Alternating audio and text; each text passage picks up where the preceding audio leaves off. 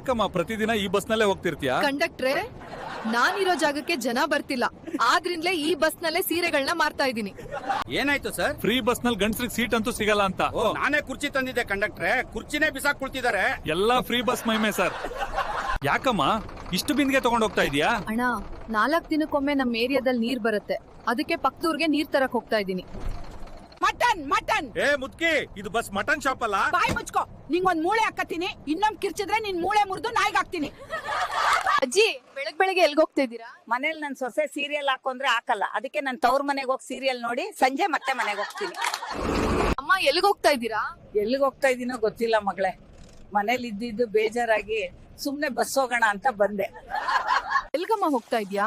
ಇಲ್ಲಿ ಮಳೆ ನಿಲ್ಲೋದಿಲ್ಲ ಅತ್ತೆ, ನಮ್ಮೂರಲ್ಲಿ ಇವತ್ ಬಿಸ್ಲು ಅಂತೆ.